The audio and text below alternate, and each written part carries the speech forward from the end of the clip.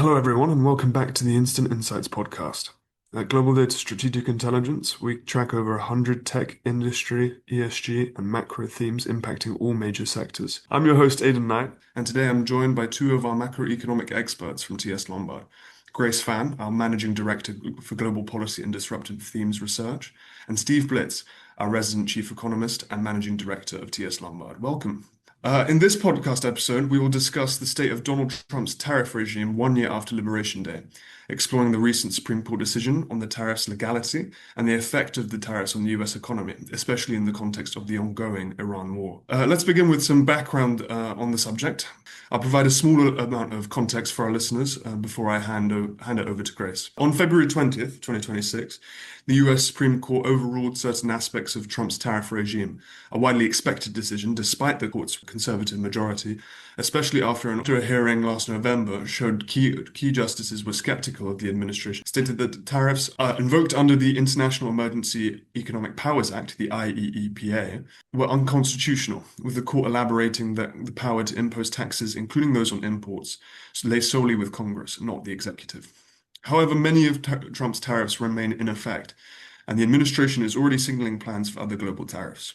Also, following the Supreme Court ruling, Trump has imposed a global 10% tariff under Section 122, also of the 1974 Trade Act, of which he said that he might raise to 15%. But at least up till today, we are recording for the record on April 9th, 2026, the 122 tariffs remain at 10%.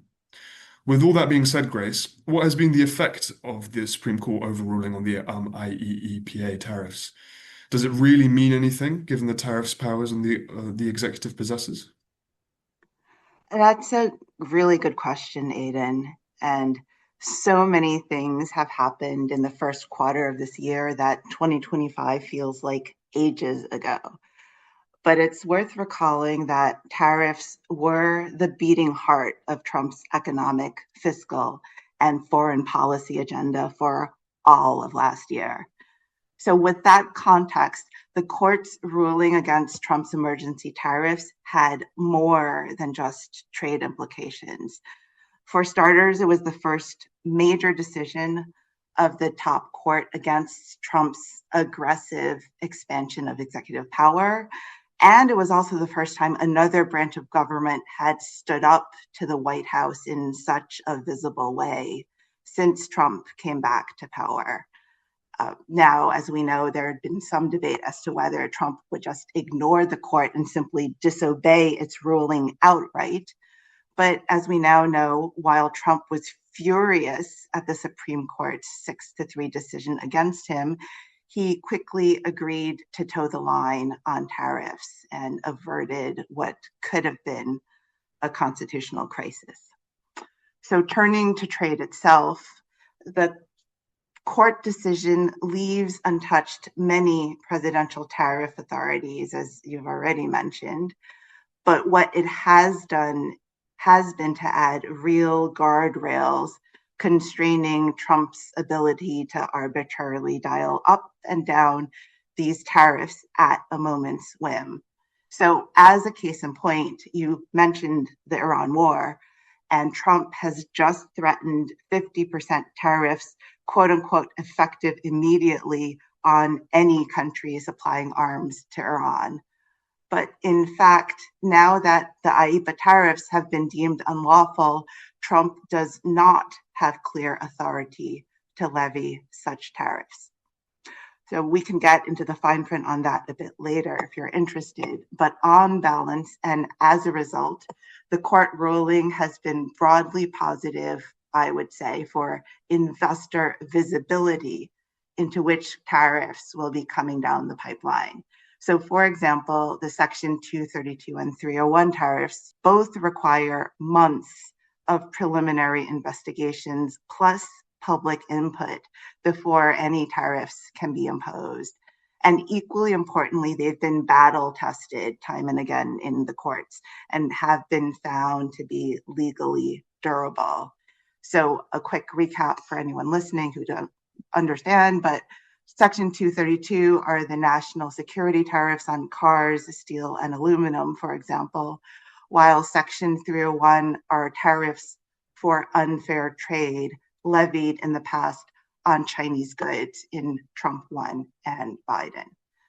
So at the end of this months-long process, perhaps investors won't like the fact that new tariffs will be forthcoming, but they will have fair warning and time to prepare. And then the last point I would mention alongside these new tariff guardrails is that the Supreme Court's ruling has also had the corollary effect of really bolstering the country's anti-tariff forces.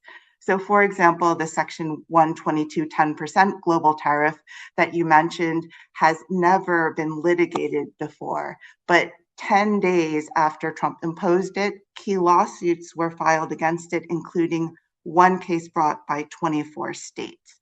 And in fact, the first oral arguments in that case are scheduled to be heard at the lower court level tomorrow, April 10th. So stay tuned for more news on that front.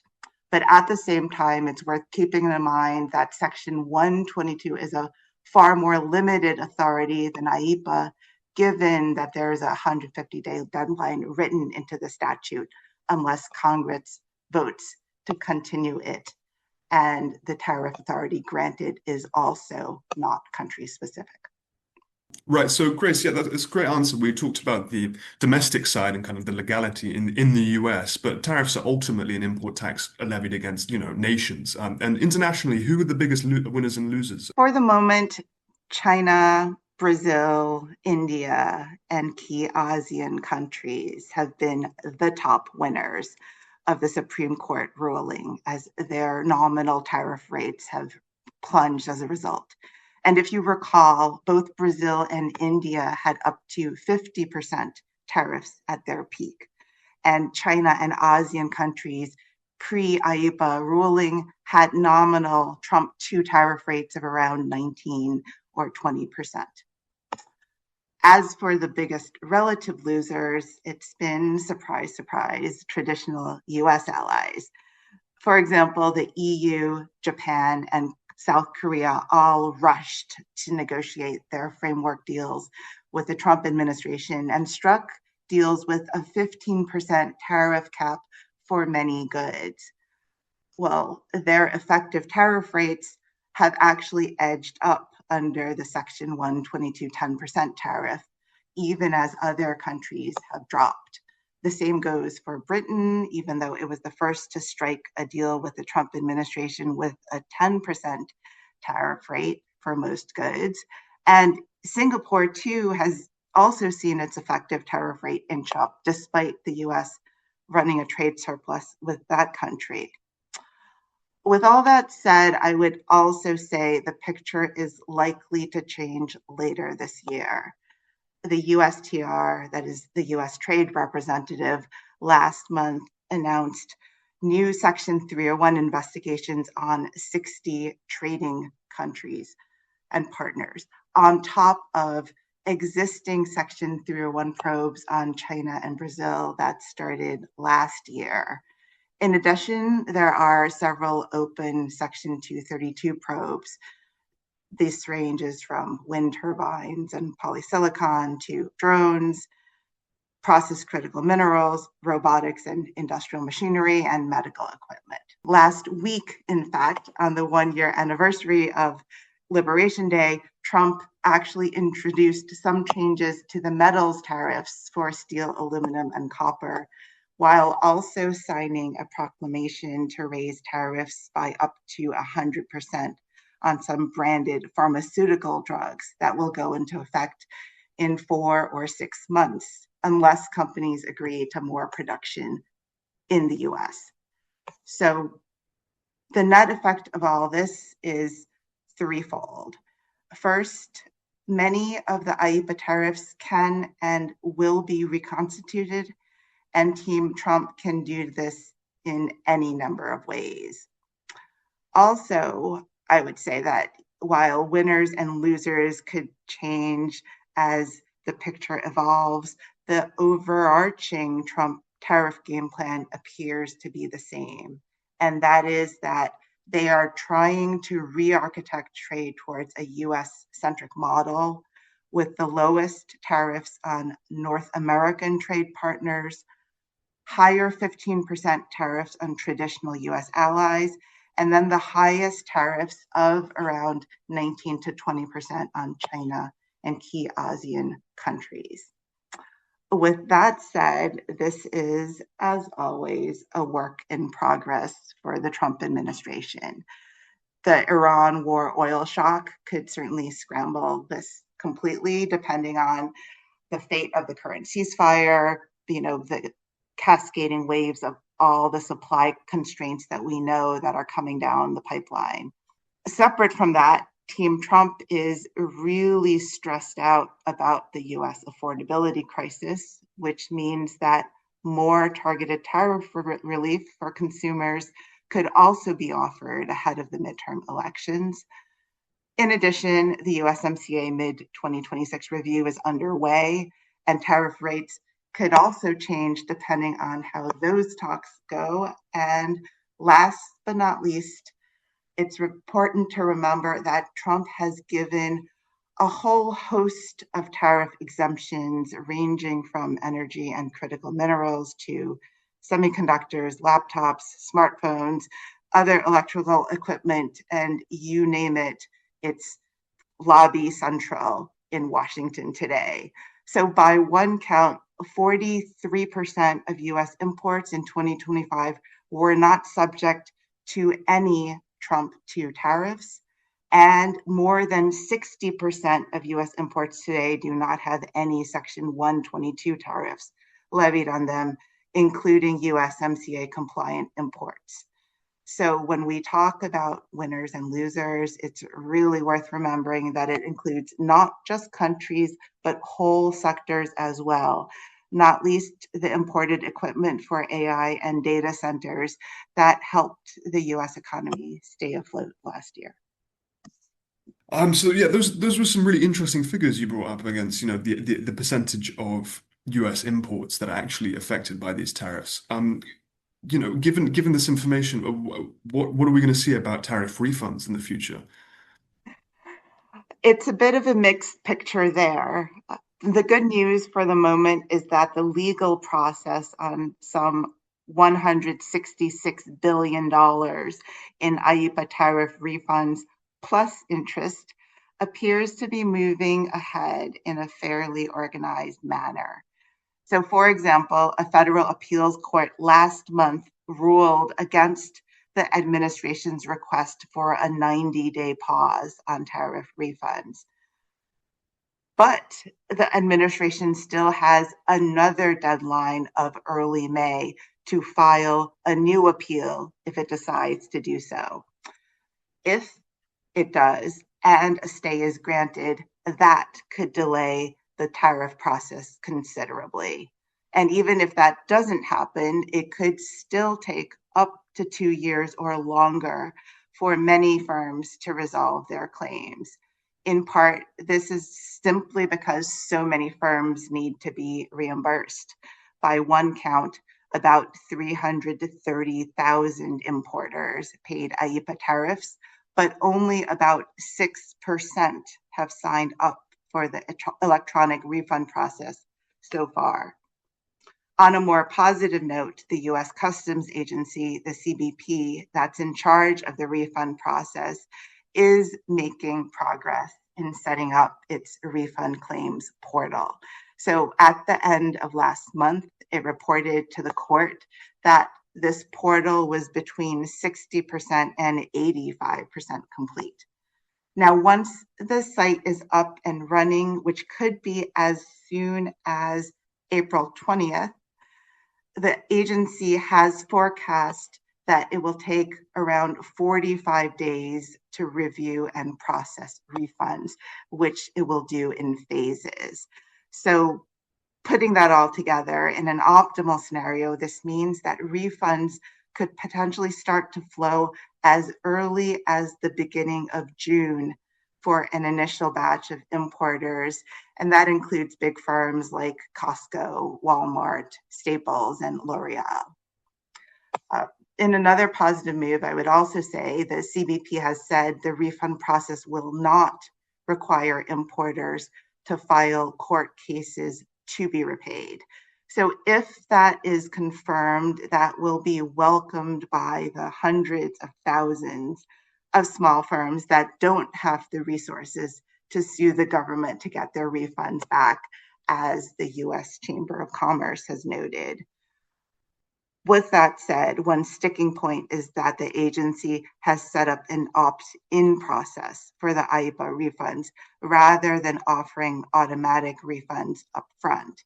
This means that not all importers will ultimately get their refunds, especially if they don't have the necessary paperwork needed to prove their tariff refund claims.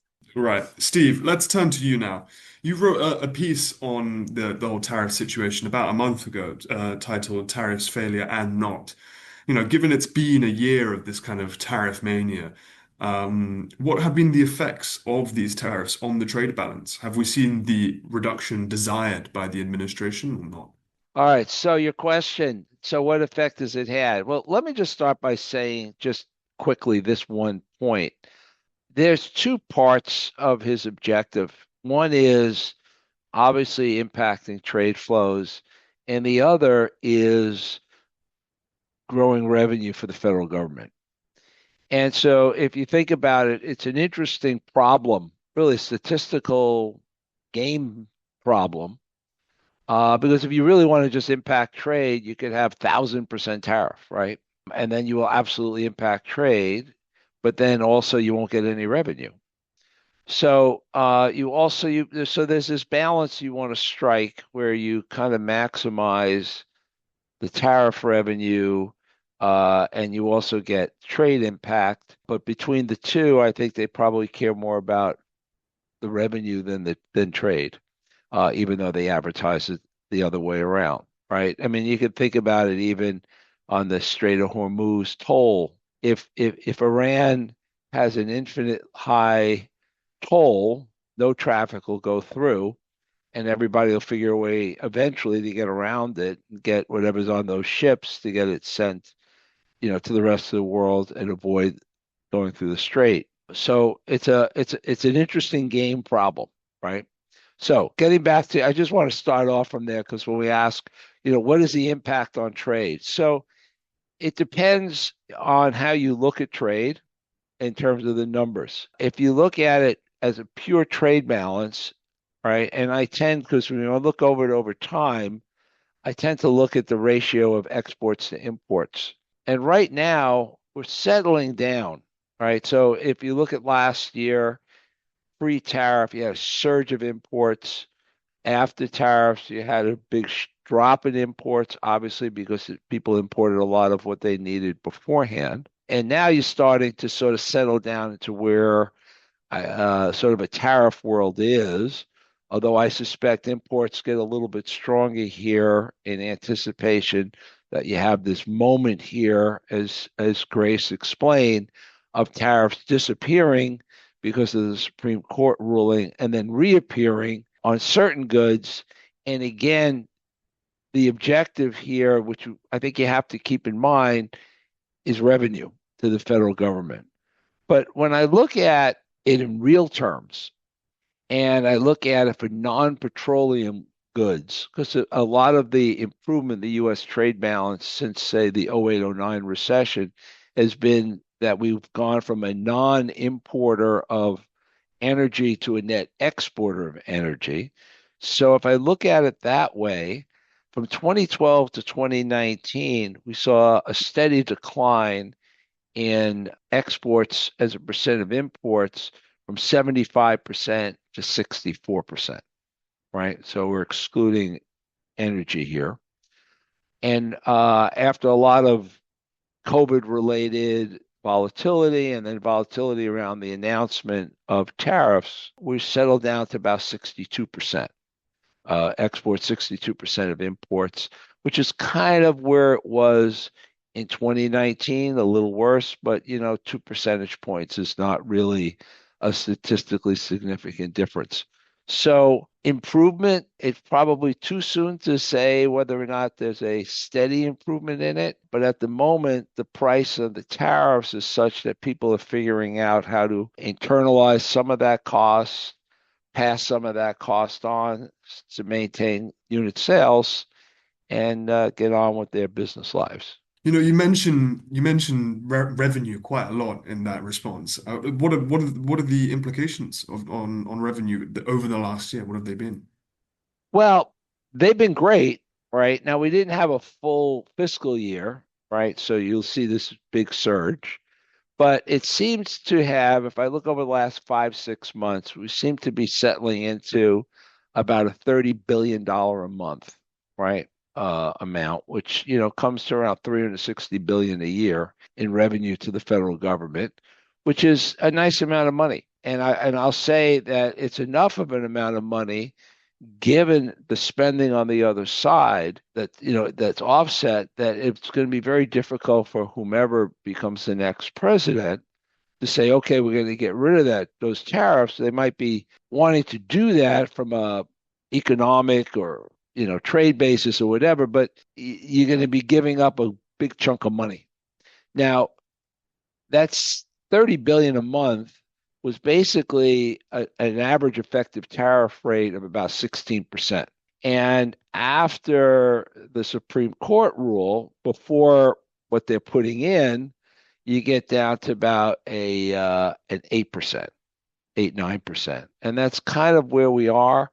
You may get up to about 13, 14% with all these other tariffs, but I don't know if they're all really in yet, really effective. The government's really collecting the money yet.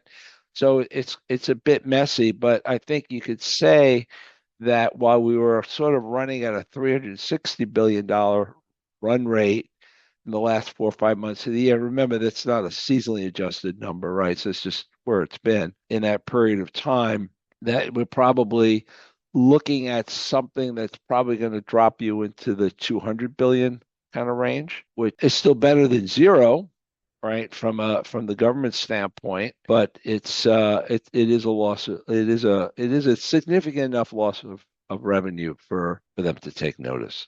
How does this all affect high-tech exports, for the US? That was a desired aim of Trump to kind of reduce dependency on kind of foreign countries. How is that happening? Well, interestingly, so gets back to my original point about when you set a tax, which essentially is what it is, it's a tax on margins, if you think about it.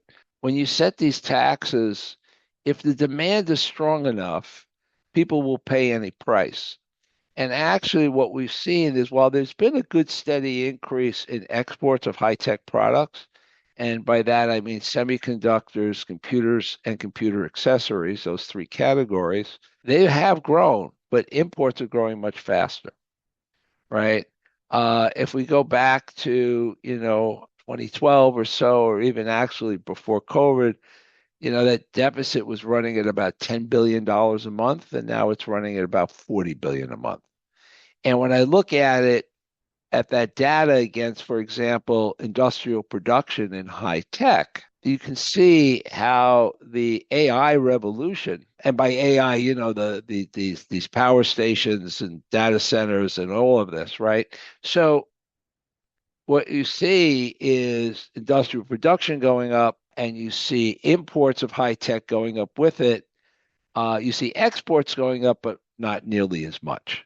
And I think the thing to keep in mind here is that NVIDIA makes its chips in Taiwan, right? So and this gets to, and the high tech story gets to a very critical issue here if you're sitting in the White House, whether you're a Republican or a Democrat, because Biden had the same issue. And NVIDIA is a perfect example, which is that the intellectual capital of producing these chips that are going to run this revolution in tech belongs here, and it belongs to the owners of capital, right? And but the actual manufacture of the product is elsewhere in the world. In this case, it's Taiwan, but it could be any place in the world really. Although chips, I think, really made in Taiwan. Um, and and the problem is that intellectual capital the revenue for that goes to the owners of capital and the ones who produce the intellectual capital, so engineers, people like that. But in terms of actual employment and that part of it, which is a critical aspect of what any administration wants to achieve, that's lost. And they're trying to get it back. But I think at this point, I know we've seen a lot of production, building of chip fabs and things like that in Arizona.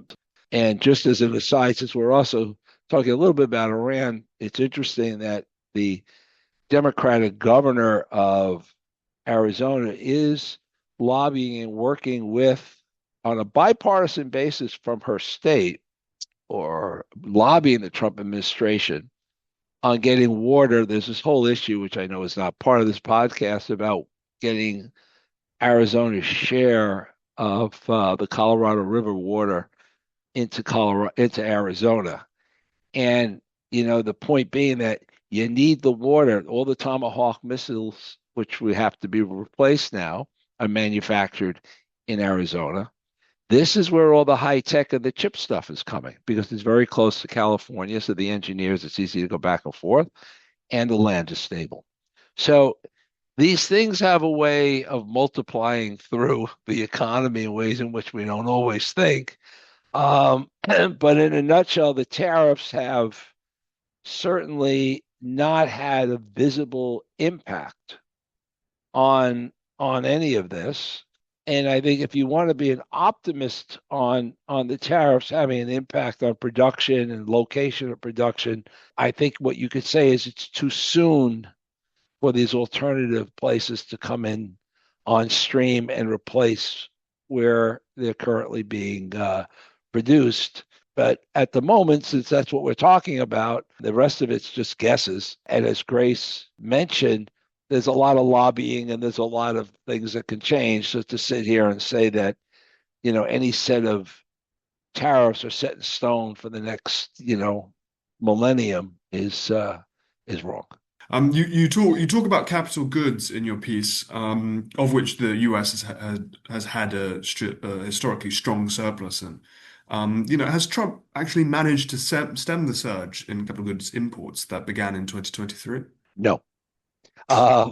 In short, again, if you want to take the long view and say, well, there isn't enough time, that people right now, it's the old, prices adjust, right? You get a hit, prices adjust, quantities adjust, demand adjust, quantities adjust, and you get back to where you were. And so over time, you would think that there would be a relocation. But then again, you get back to the question of how high of a price, or how high of a tariff do you have to put on to really get the change, versus to get enough of a price that firms, figure out a way how to absorb it and then go on the way they were. Right now, you would say it's the second part, that they're figuring out how to get on with it. So remember, tech is inside cap goods ex autos, right? And they were basically in balance in 2012, coming out of the 08-09 recession. In 2019, imports were about 1.3 times of exports, or 30% more of exports. That jumped to about 1.6 times during COVID. Post the tariffs, was sitting here at 1.8 times, or 80% greater. So it's been an unabated increase in the deficit on cap goods ex autos. It really hasn't as yet had an impact. I suspect it might over time, but again, you have some powerful lobbies, and inside, as Grace mentioned, a lot of this, the tech is inside, as I said, inside capital goods. But even if I took tech out of it, you would still see a sharp increase in the deficit. Maybe not quite as sharp, but still an increase in the deficit. And the dollar has a lot to do with that as well, because what I have found historically is that capital goods, especially non-high tech capital goods, where the price is high, I found a tremendous sensitivity between our trade balance in those products and the value of the dollar. Well, that's a perfect springboard into our next question. Talk about the value of the dollar. I planned that, by the You way. planned that. Well, so how have tariffs affected the dollar? Well, not in any way that people really thought at the moment, right? When it hit. So people thought the dollar would cheapen immediately into response to the tariffs. And what happened was dollar would go up. But what happened was initially the dollar cheapened a lot, but that was because you had this big surge of imports, and so the rest of the world was just getting flooded with dollars, and that negatively impacted the dollar. And then that went the other way, and the dollar started cheapening a little bit. But let's take a little bit. So there's two parts to this question really. One is if I look at the trading of the dollar now versus sort of where it was, I could see, say, dollar euro, which is something people kind of just know offhand, just in terms of our audience. We were trading at 102 in dollar euro, and now we're up around 115, 118, depending on the day. And of late, the dollar's been bid a bit, simply because the expectation that the Fed's not going to ease keeps the dollar a little bit stronger. Because in the short term, the dollar trades versus other currencies against expectations of short-term rates. So, and that means various central bank policies, right? And the big thing about the oil price shock from the Iran war is that everyone now thinks that the Fed, isn't going to ease at all, and they might even tighten a little bit. Of course, that changed yesterday, and it'll change again today and tomorrow and the next day. But when I take a longer look, and here's where, the Trump administration, we like to hit them on a number of things, but here's where they're not really wrong. If I look at dollar euro, I mean, we've had an increase. The euro area's had an increasing trade surplus relative to their GDP, yet their currencies continue to weaken. That's not what we've learned in Econ 101. And if I look at where the real dollar, broad trade weighted dollar was, say, in the early teens versus where it is now, it's had a massive appreciation. And so I don't see the dollar here as being, the end of the dollar. There may be other things that might cause it, but the amount that the dollar's gone down is hardly noteworthy. It's noteworthy if you're traveling. It's noteworthy if you're trading and things like that. But from a broader macro standpoint, 10 years ago, we were trading 118, 120, 125 dollar euro, right? And then it got ridiculously cheap, or euro got ridiculously cheap to the US at 102. It had no reason to be there. So I can't sit here and say going from 102 to 115 is some kind of great depreciation. It is a depreciation of the dollar, but it's really not very meaningful or impactful in terms of some great signal that nobody wants to own dollars. On the other hand, you look at dollar yen, right, which is down under 100. It was trading mostly around 115 or so pre-COVID. Now it's trading 150, 160. These are insane levels that got created because coming out of COVID, the U.S., because of its massive fiscal stimulus, was the only part of the world that was really generating strong growth. And so our trade balance got very out of whack because things got very cheap. If the tariffs are really going to work, and that's a big question mark over the coming year or two, and of course now the Iran war and everything from it's just going to throw a lot of wrenches into any kind of forecast. But if we think about it, say the day before the Iran war started, okay, let's put that caveat in there. If we think about it from that perspective, if at the end of the day, the tariffs, which is to also, you can think of it as FX intervention by another name, helps rebalance trade or get trade down to some level that it puts the dollar cheaper as a result, then that's a good outcome if you're the administration. And there's always this belief that when any currency makes a sharp move, that it seems to be making that move from its optimal equilibrium point. and the dollar was not. The dollar was way overvalued when these tariffs got put in, and to the extent that they drive the dollar cheaper, that's a good thing. I mean, if you go back to 2012, 2014, the dollar yen was trading at dollar euro was trading at 145. If you got to 145 tomorrow, which we're not, but if we got to 145, does that mean that nobody wants to own dollars anymore? Not really. I think it's just part of a very broad macro trading picture that is really a resetting of the dollar to, I think, a fairer level for trade. And if the tariffs are the reason for that, then so much the better from a policy standpoint. But as I said, to date, it's a movement that's difficult to find. Thank you, Steve, for all of that. There's some great information there. Let's finish with you, Grace, and kind of your outlook for the future. Thanks, Aidan. Inflation from the Iran war, as Steve mentioned, is obviously top of mind, especially in an election year. So the stickier the effects are, the more likely it is that the Trump administration will decide to offer more tariff relief for consumers, especially when we're heading into peak campaign season in the summer and fall. That said, any bad news on inflation could lead to some welcome news for key trading partners, starting with USMCA partners such as Mexico that might benefit from select tariff reductions or in their upcoming trade talks. Now, beyond the energy shock, there is, of course, Trump's upcoming trip to Beijing, which has been rescheduled to May 14th or 15th.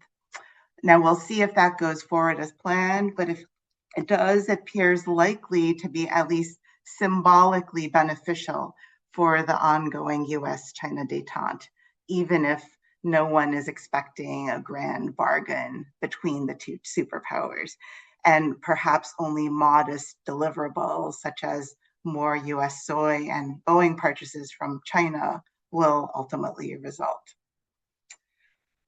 Also importantly, the two sides have also been talking about up to 3 additional meetings between the two leaders this year. Now, 2 of these meetings could be in the fourth quarter, with China hosting the APEC summit in Shenzhen in November, and the US hosting the G20 meeting in Miami in December. Whether or not these multiple Trump-Xi meetings take place this year, I would argue that simply keeping the lines of communication open between the two superpowers is an encouraging sign for businesses in these troubled times. But also worth remembering is that the one-year trade truce between the US and China is actually set to expire November 10th. So should Trump and Xi meet in November and or again in December, it would certainly make sense for the trade truce to be extended. On the flip side of the coin, though, the elephant in the room for global trade remains China's excess industrial overcapacity and their relentless mercantilism. And this was epitomized, as everyone saw, by Beijing's record and massive trade surplus of $1.2 trillion in 2025 and their ongoing outperformance in Q1 this year. So even though we should be encouraged by tentative signs today that the US-China détente can continue as both sides prioritize stability over trade war, it's also worth keeping in mind that the structural fundamentals of the US-China and global trade equation remain highly unstable, and trade war, as we know with Trump, remains just one tweet away. And finally, let me quickly mention 2 other tariff timelines to monitor. The first is July 24th or thereabouts, is when that 150-day deadline for Section 122 tariffs are currently set to expire. Now, it is possible that Trump could attempt to repeat those Section 122 tariffs, though that is a possibility that some are worried about. But let's say they don't do that. In that case, the Trump administration does appear to be working to fast track their Section 301 probes on the 60 trading partners I've mentioned before. So we could also have more news on that front around then as well as on potential or upcoming Section 232 tariffs. And then looking to the fourth quarter, I mentioned that midterm elections, as we all know, are top of mind for Trump.